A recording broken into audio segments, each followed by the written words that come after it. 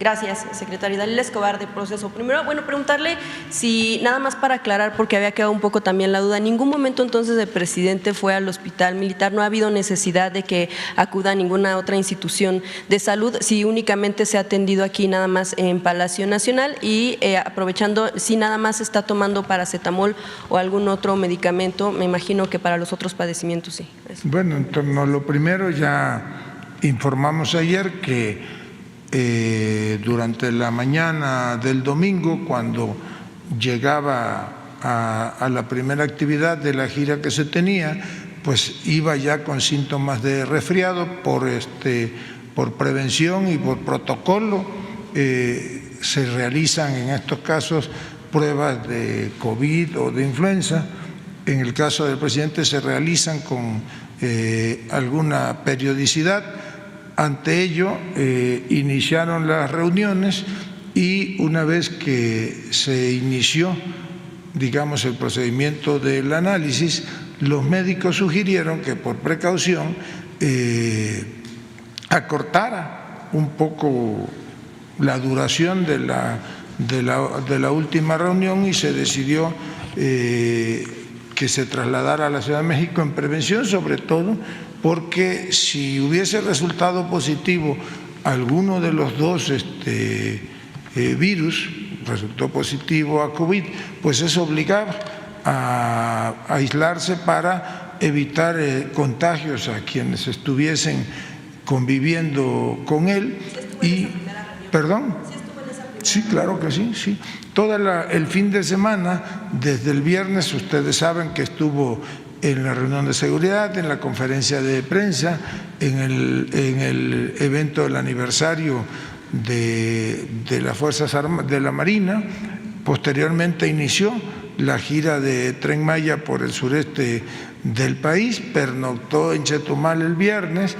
El segundo día fue básicamente sobrevuelos, Cancún, Tulum, se pernoctó en Mérida y inició el día con una reunión de trabajo con personal del Ejército y de la Armada de México, Marina de México, quienes tienen a su cargo diversos aspectos de la construcción del Tren Maya. ¿Y entonces no fue a ninguna institución de salud aquí en la Ciudad de México, nada más? No, él se le practicó en las instalaciones de la base aérea de Mérida, Yucatán, donde se llevan a cabo estas reuniones cada 15 días y posteriormente, cuando llegó a la Ciudad de México, se le comunicó el resultado del análisis.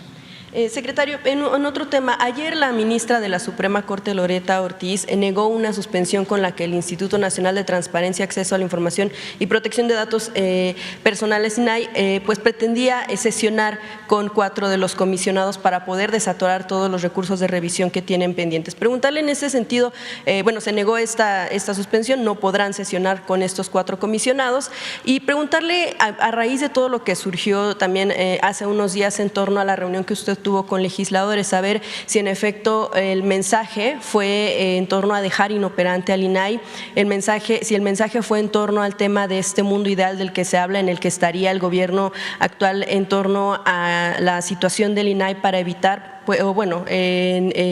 para evitar algunos temas de transparencia, algunos temas de resoluciones, algunos temas de entregar información, o cuál es el objetivo de este mensaje que usted, después también ha mencionado que es un lastre. ¿Cuál es el mensaje que dio a los legisladores en este día y esos días de reunión y pues la intención que tiene el gobierno en torno al INAI?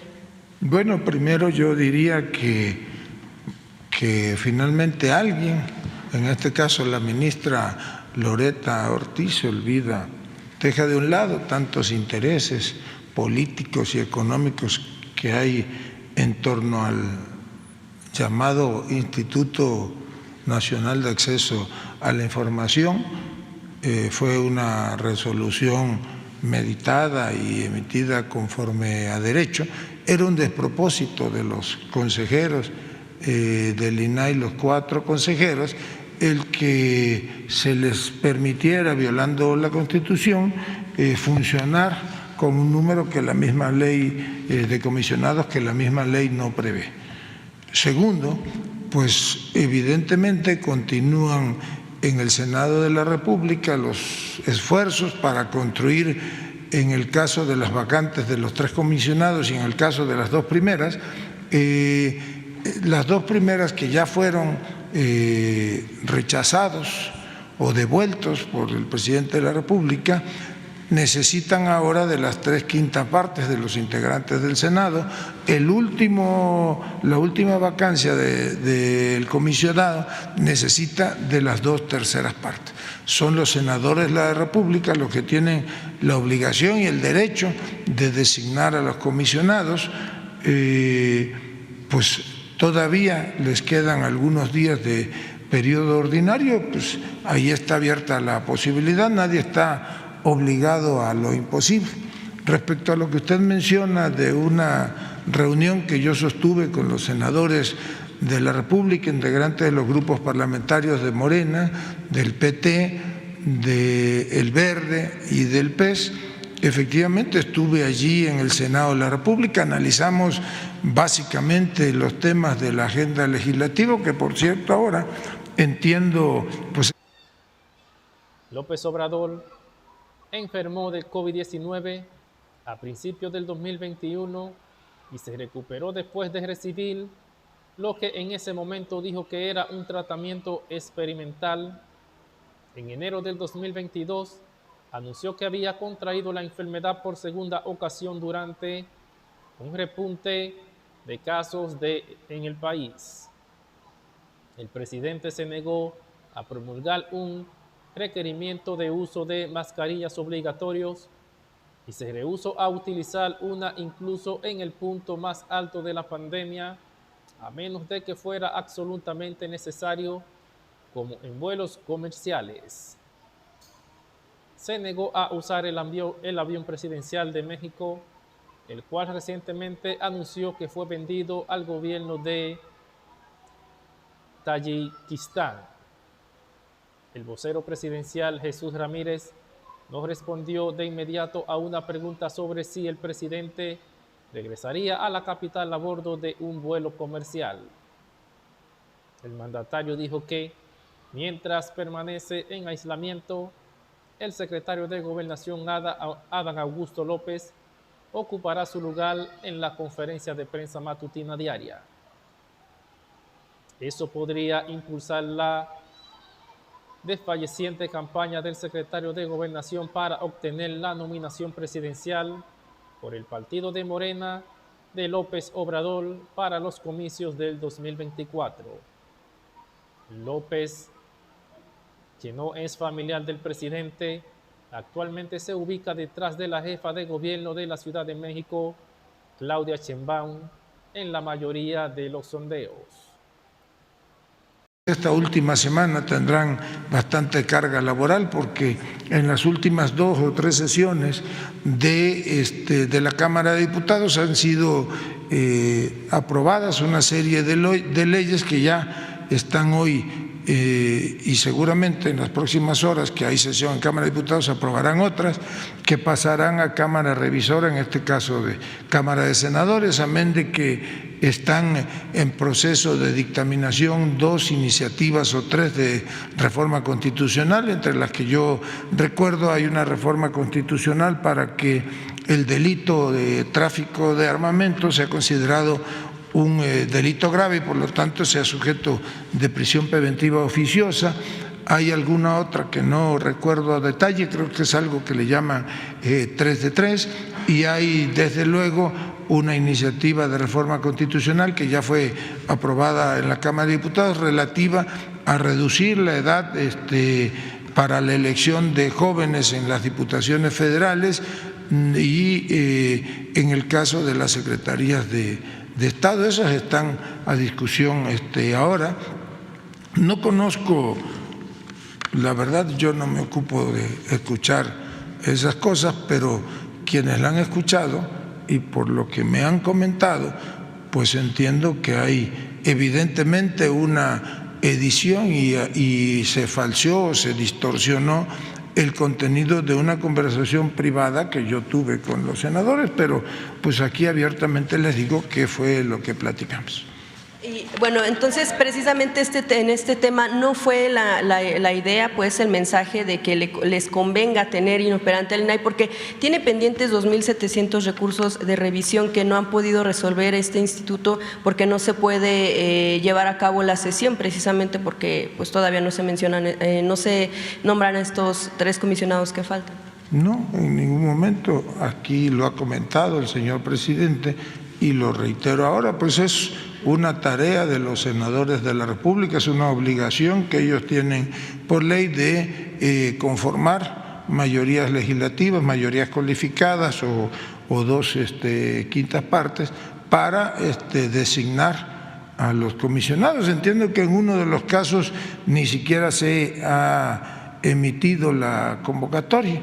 O sea, no es que al gobierno federal no le convenga que el INAI… No, de ninguna manera, pero pues nosotros reconocemos el fallo de la ministra Loretta Ortiz, el proyecto que fue aprobado, entiendo, el día de ayer en la Suprema Corte de Justicia, en el sentido de que no puede violarse la Constitución alegando que no se puede operar si no se reúne el número necesario de comisionados para hacer el quórum. Y que dice, bueno, el INAI, que podría acudir a instancias internacionales como la Comisión Interamericana de Derechos Humanos. Bueno, en el siguiente paso, y todavía no se decide. Finalmente, secretario, quisiera preguntarle sobre un tema en el que no se había tenido la oportunidad de preguntarle directamente, al menos en este espacio, sobre esta información que recibe el Centro Nacional de Fusión de Inteligencia, que en algún momento recibió el informe del Centro Regional de Fusión de Inteligencia en el sureste, en el que, bueno, pues se habla de un criminal de nombre Benjamín Mollinedo Montiel, líder de un grupo del crimen organizado, esto en el norte de Tabasco, en el que, de acuerdo con informes de la Sedena, pues se le relacionaba con quienes usted nombró como secretario de Seguridad en Tabasco, Hernán Bermúdez Requeña, y también como el comisionado de la Policía Estatal, José del Carmen Castillo. Preguntarle, secretario, ¿qué información tenía usted de estos 2 personajes, de estos 2 perfiles? Si sabía de esta pues complicidad que pudiera tener con grupos criminales de acuerdo con los informes de estos centros regionales de fusión de inteligencia. Bueno, yo terminaría de complementar la respuesta a lo del INAI que usted plantea. Desde luego que los comisionados o la comisionada presidenta están en pleno uso de sus derechos, pues tienen el derecho de acudir a las instancias judiciales o jurídicas que ellos consideren. Yo sostengo que el INAI es un instituto inoperante y basta con revisar la currícula de los comisionados, pues que ha servido como botín político. Se han dedicado ahí, como en otros institutos, pues a repartirse por cuotas los partidos políticos, los nombramientos de los órganos aparentemente autónomos, y que eso no ayuda ni a la transparencia ni a la consolidación de un régimen democrático en el país. Por lo segundo que comenta, desde luego que conozco a Hernán Bermúdez Requena y al comisionado o excomisionado, no sé si todavía siga colaborando allí en Seguridad Pública en Tabasco. Yo los designé, en el caso de Hernán Bermúdez fue mi tercer secretario de Seguridad, en el caso de Castillo creo que fue el segundo comisionado de la policía. El primero, si mal no recuerdo, falleció durante la época del COVID. No tengo yo mayor reporte o denuncia de la que usted menciona. Desconozco cuál es esa información del Centro de Inteligencia, pero en todo caso, si alguien tiene algún reporte, algún indicio de irregularidad de su trabajo, como puede ser la connivencia que usted señala, pues está abierta la posibilidad de acudir a las instancias judiciales correspondientes. Pues digo, yo desconozco si esa información exista y si la tenga alguien, pero seguramente si alguien la tiene, pues nosotros exhortamos a que presente la denuncia correspondiente. A ver ahí Noticias de último minuto. El presidente AMLO con COVID-19. Presidente de México se contagia por tercera vez. El presidente mexicano Andrés Manuel López Obrador suspendió el domingo una gira por la península de Yucatán tras reconocer que dio positivo a COVID-19, la tercera vez que contrae la enfermedad. López Obrador escribió en sus cuentas de redes sociales que no es nada grave.